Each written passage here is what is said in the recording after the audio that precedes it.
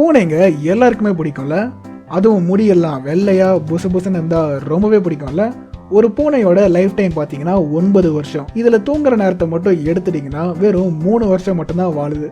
யோசிச்சு பாருங்க, அத்தனை வருஷத்தையும் தூங்கியே கழிச்சிருக்கு. பூனைங்களை டொமஸ்டிக் அனிமல்னு கன்சிடர் பண்ணி கிட்டத்தட்ட 3000 வருஷம் ஆச்சு. இதுக்கு யாரு புலையார் சொல்லி போட்டதுன்னா எஜிப்தியன்ஸ். விவசாயத்தை மட்டுமே நம்பின்னு இருக்கிற அந்த காலத்துல இந்த எலி தொல்லை ரொம்பவே அதிகமா இருந்தது. இதுக்கு ஒரு முடிவு கட்டணும் சொல்லிட்டு தான் கேட்ஸ் வளர்க்குறாங்க. கொஞ்ச நாள்லயே எலி தொல்லை கம்மியாயிடுச்சு. ஸ்டார்டிங்ல ஒரு நிலத்துக்கு ஒரு பூனை அப்படின்னு போய் ஒரு வீட்டுக்கு ஒரு பூனை அப்படின்னு ஆயிடுச்சு. எஜிப்தியன்ஸ் இறந்துட்டாங்கன்னா அவங்க கூடயே வளர்த்த பூனைக்கும் சேர்த்து சமாதி கட்டுவாங்களாம். ஒருவேளை ஓனர் சாவறதுக்கு முன்னாடி அவர் வளர்த்த பூனை இறந்துடுச்சுன்னா அவரோட 2 புருவத்தையும் ஷேவ் பண்ணி போறான். எப்படி நம்ம சைட்ல யாராச்சும் இருந்தா மீசை சேவ் பண்ணிக்கிறோம்ல, ஸோ அதே மாதிரி இவங்க ஐப்ரோஸை சேவ் பண்ணிக்கிறாங்க. ஏண்டா மனுஷனும் பூனையும் ஒன்னாடா